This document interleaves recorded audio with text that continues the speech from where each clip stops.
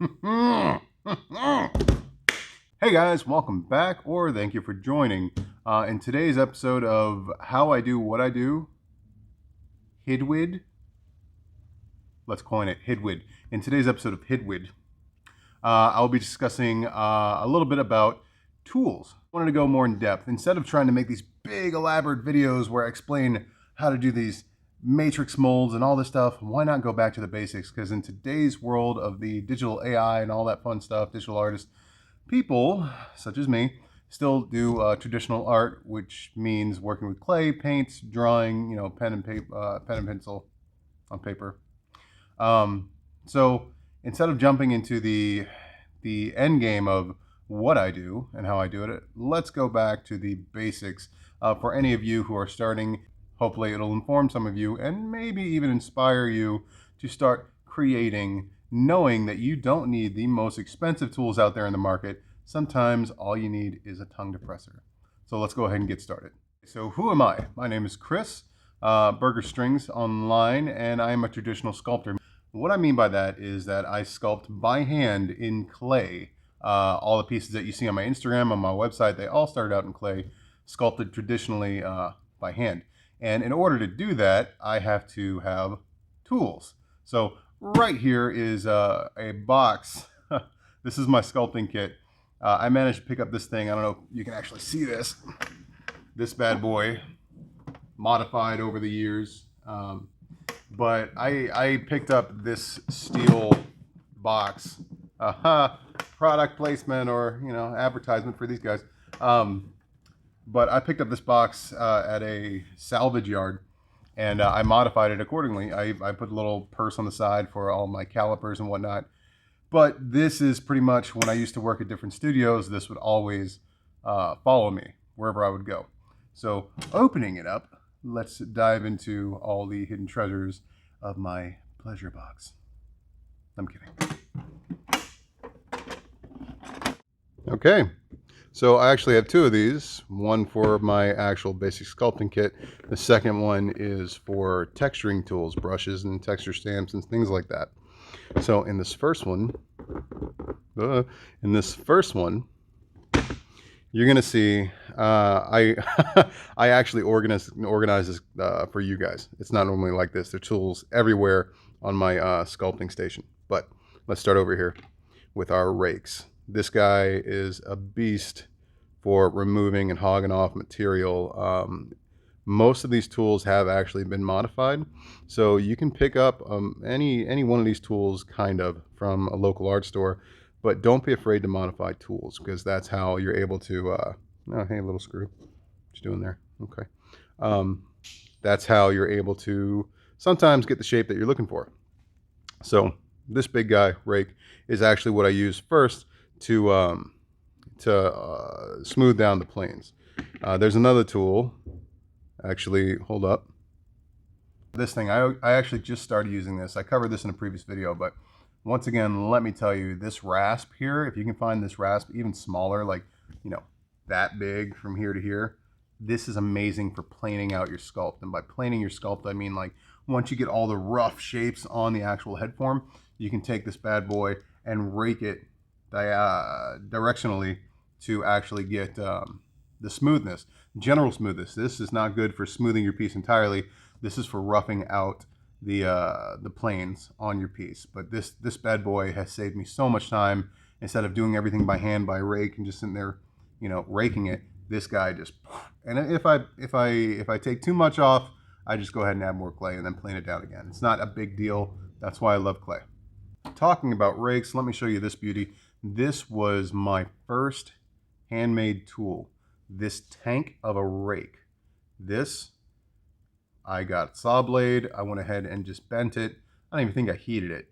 And just wrapped the heck out of it with electrical tape.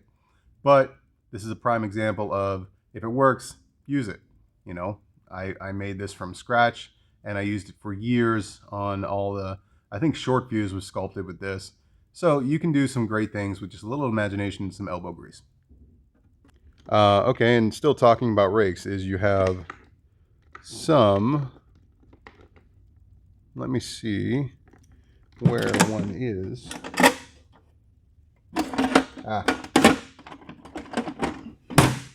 This guy.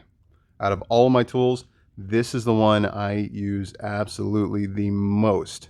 It had a rake on one end, and it was actually this much longer, and it had wood that went down to like a flat piece of wood, so I guess you can just, a clay shaper. I cut that off, rounded it off, but I've had this for years, and there hasn't been a single sculpt that I've used that has not been touched by this tool. So go out and get yourself a rake. It doesn't have to be this one, but rakes are great. So this one, a step down from that finer rake.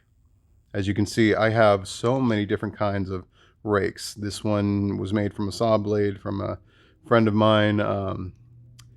Yeah, this is great for beginning to, you can barely actually see the teeth in it, but this is great for beginning to rake down the harsh rake marks of these.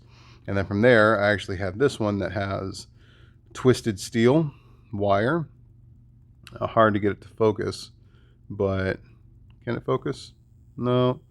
Anyway, it's twisted steel, and that is for further refining. Once you get past that, you have the guitar strings, bass strings, things like that. All these tools, seriously, all these tools were handmade, either by me or someone I knew, and they gifted it to me. But these are all different loops. You can consider them rakes, but loops as well, from guitar string, bass string. These two have opposite ends. But yeah, that's great for refining your clay down even further from this initial one. Next, I have what I call, I guess, just shapers, wood shapers, clay shapers. These are great for those lines you see in the sculpt I have. They usually are at some point made with these. These have been modified. These have been sharpened down a bit, rounded off, or flattened off for further shaping. Another handmade one is this. This guy is great for planing. I keep using the word planing, but seriously, get yourself one of these wooden shapers. This one, like I said, was completely handmade by me. I cut it out from wood, sanded it down, and then just covered it in boiled linseed oil, I think. But yeah, wood shapers are really great for what I do. If you're looking for smooth, crisp lines in your sculpt, get yourself some of these guys. Other things I use for lines, I have this hook tool, yet again modified to a sharpened point. Don't really use this so much in sculpts anymore. I've kind of moved past it. Another thing for making lines is dental tools that have been modified. Great for just going right along and just getting a nice thin line. Also, another one for making lines.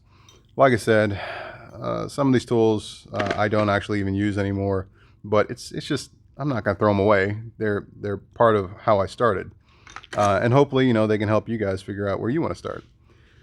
Over here are all of my loop tools. I can go talk on this for hours. I'm not going to, because I don't want to, and you guys don't want to hear me talk about them for hours. But Kemper tools, all these little wooden handle tools, these are great for refining some shapes, scooping in and out some detail. You have pointed ones. I made this one from steel wire. Dang it, I wish it could focus. There you go. This one from steel wire, and it's great for really getting into some small areas, scooping out clay. These are all standard store-bought ones. One little tip is that when you buy these, get yourself a little file, and you can actually file the edge to make it sharp, to sharpen them up. That's really a great tip. I didn't learn that till just a few years ago. And I'll, like most of these tools, have been sharpened. This is also a great tool. Let's see if we can focus on that. You can barely see it, but there's a wire on the end that's great for just line work. This is a tool I use a lot.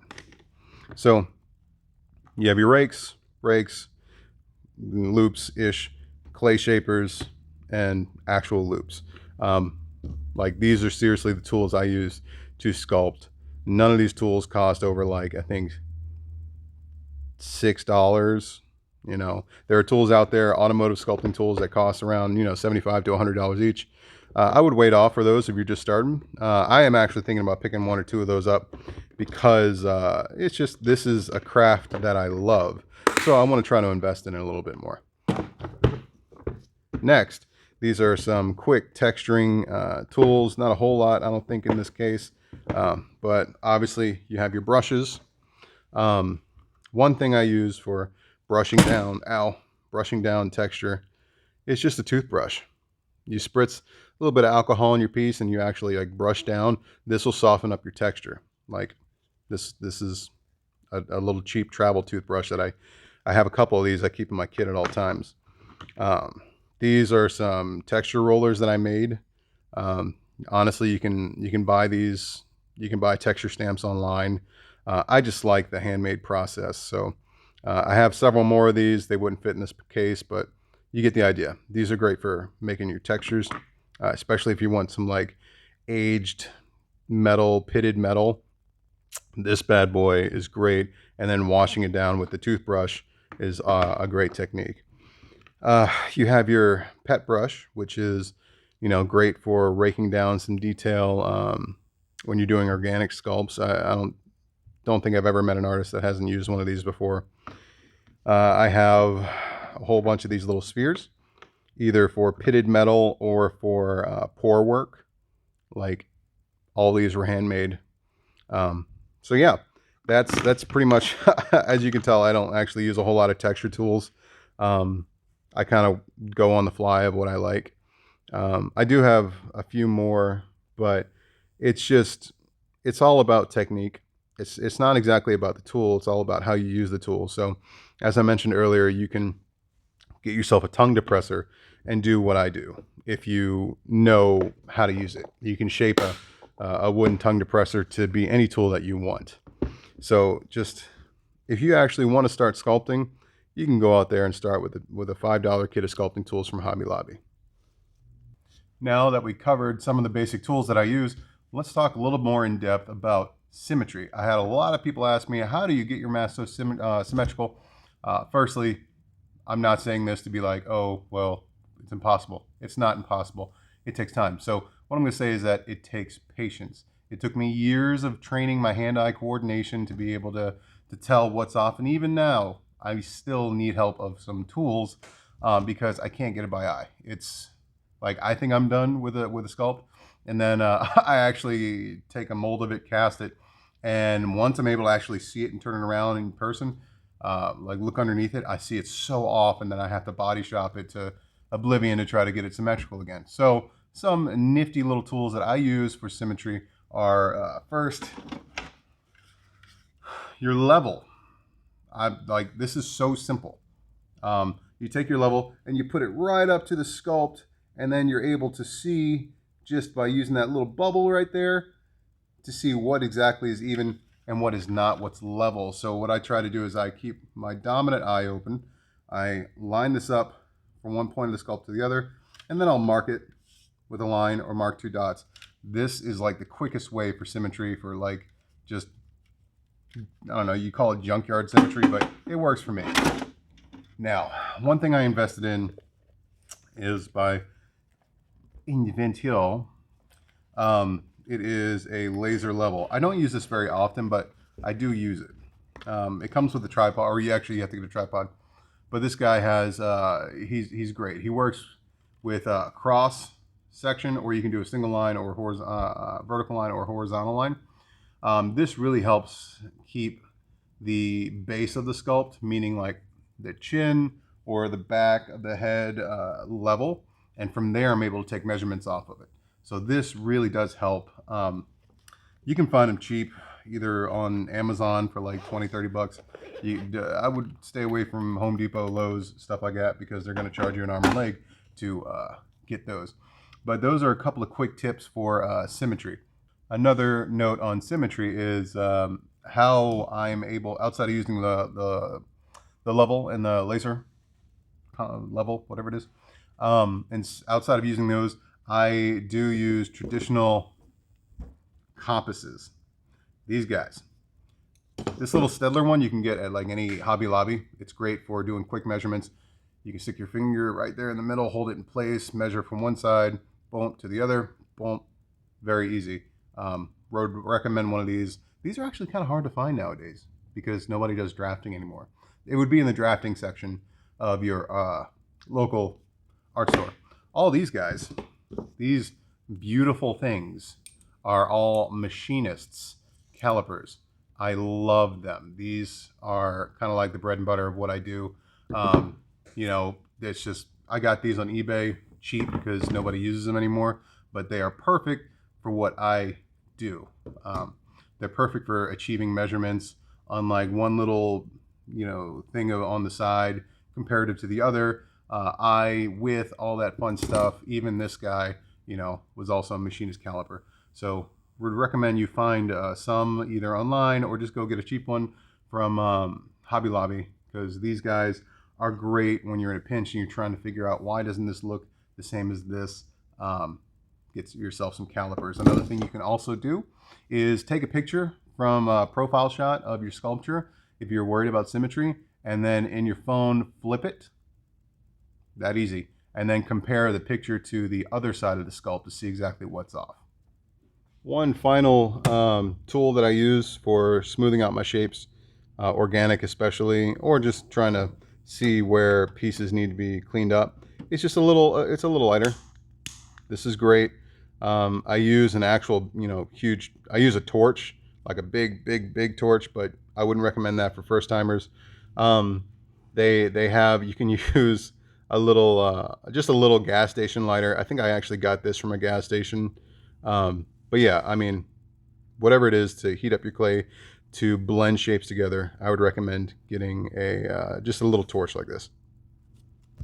Okay guys, that covers pretty much most of the tools that I use, my tried and true go-tos, along with just some ones that I've had along the way and I don't really use anymore. But they were great from when I started or when I initially used them.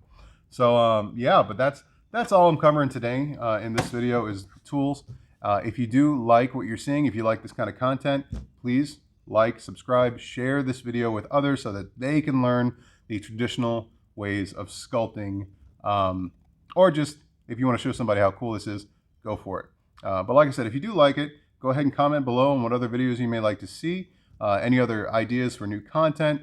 This channel is made to help you guys, just to genuinely help you guys, and also introduce what I love to a world that may have kind of, forgotten, clay sculpting. So hopefully this does inspire some of you guys just to go out and just start having fun. Thanks, guys.